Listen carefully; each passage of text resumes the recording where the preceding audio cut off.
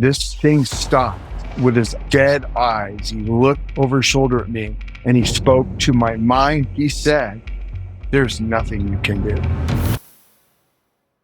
Nobody likes to be the bearer of bad news, but when God asks you directly, you don't have much of a choice. That's what happened to David, and when he went to his church to warn them of what he had seen, they didn't listen to him. Let's say that they really should have, and their testimony now serves as a warning to all believers of what will happen if nothing changes.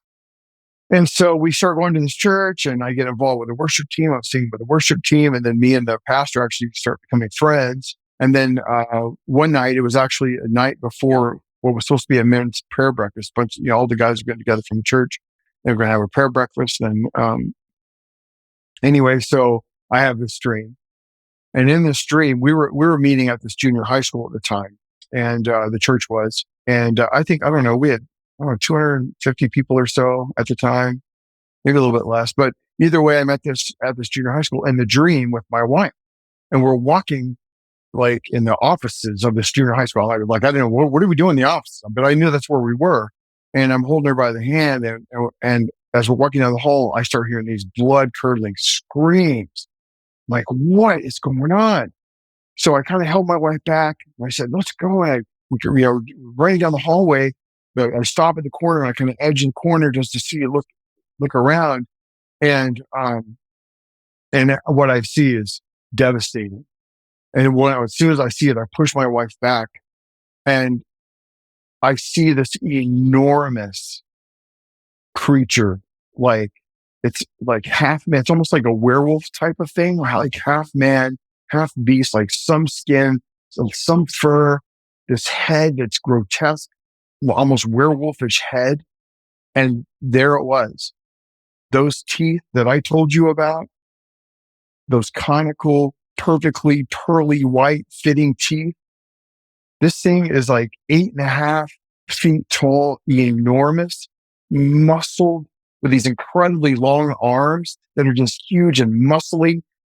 And there were those claws again, like knives. And it had, I'll never forget, I saw it distinctly. I knew there were more, but it had 2 families I could see clearly.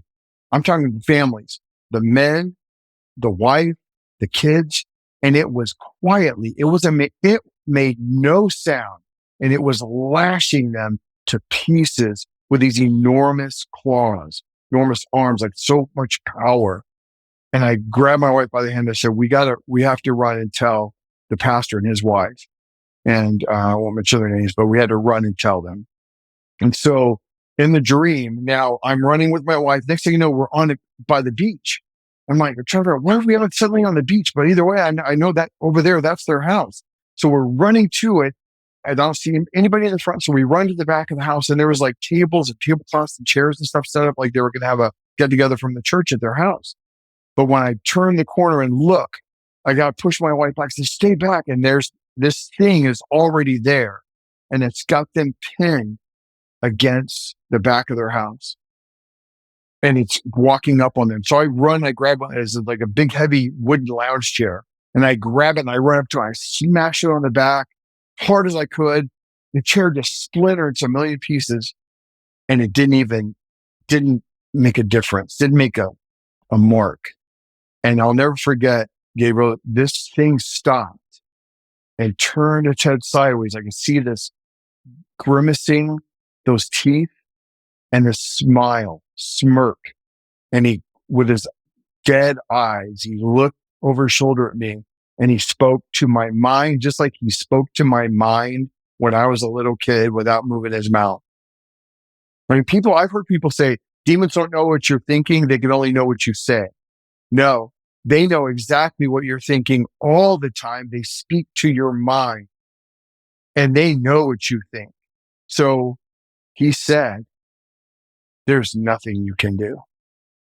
And so I grabbed my wife by the hand. I didn't want her to get hurt. I already seen what this thing was capable of, right? And I run around the front of the house again with her. And then suddenly we're past the house. Now we're down by the beach again. I look over and now, like starkness, like totally different. I see this group of people, mostly young, but some older, coming up out of the ocean. They're wearing these beautiful, shining, white, glittering robes. And they've got these palm branches in their hands. And off these palm branches are coming these golden sparkles, like a sparkle that you might have lit up. And their mouths are open. They are singing this in unison, this beautiful song to heaven. I know they're singing to the Lord. And they're coming up out of the water. And then I woke up.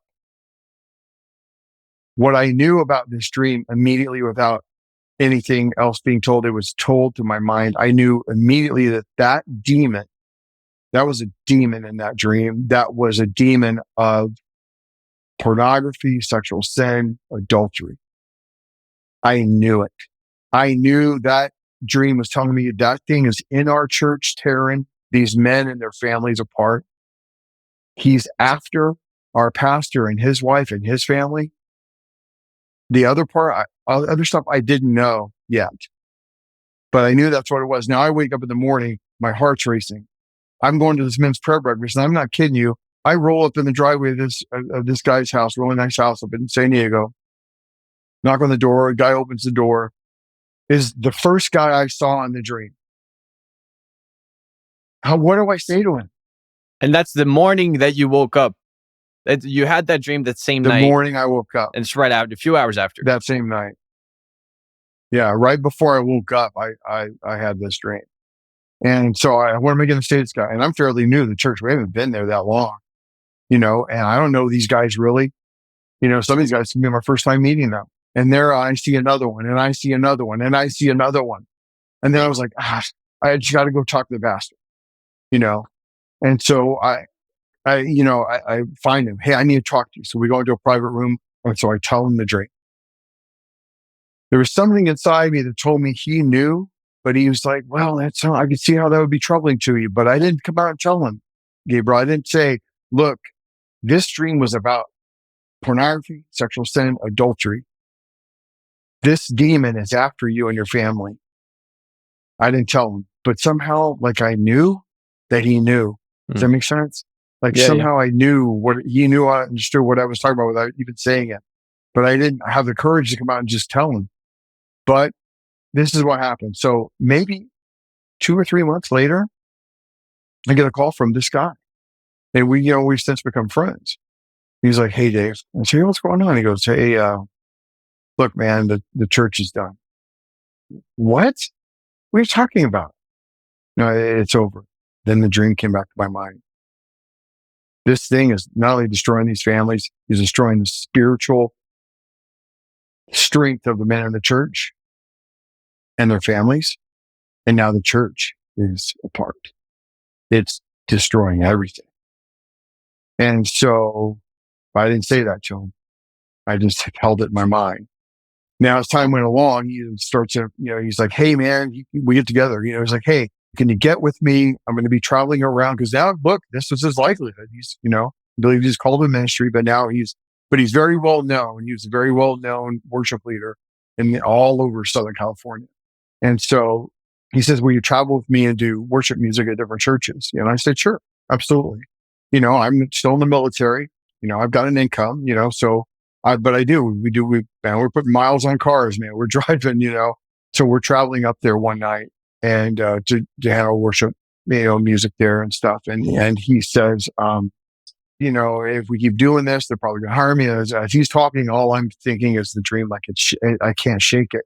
Every time I'm sitting with them, and I'm thinking of it. So finally, I said, I've got to tell him.